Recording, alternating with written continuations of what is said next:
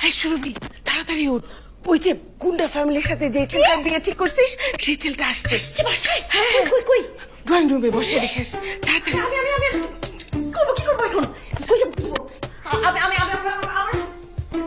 বস বসতে থাকবো। হ্যাঁ বস, বসিস তুই আয়।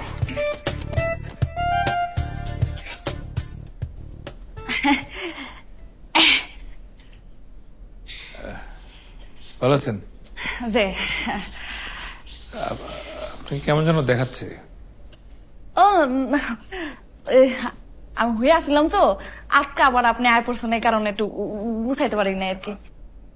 তা আপনি ডেকেছিলেন কেন?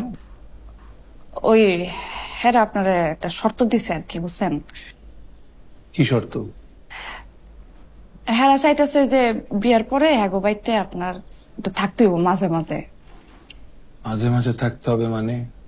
না মানে হেরা চাইতেছিল কি আপনারে হ্যাগো বাইতে ঘর জামাই করে রাখতে আর কি। এখন আপনি গেলে ঘর জামাই থাকবেন, আপনার তো টাকা পয়সার অভাব নেই।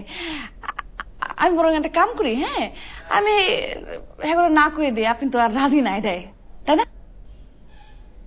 না, সমস্যা নেই, আমি আর কোনো কিছুতে মানা করবো না। আপনাদেরকে জলদি বিয়ের তারিখ ঠিক করতে বলে। আপনি সত্যি রাজি?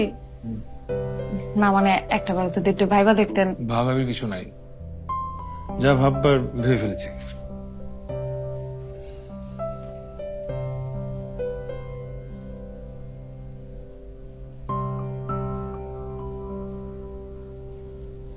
আহারে কি ভালো একটা ছেলে। হ্যাঁ, এই ছেলেটার মতন একটা ছেলে যদি আমার মেয়ের জামাই হতো।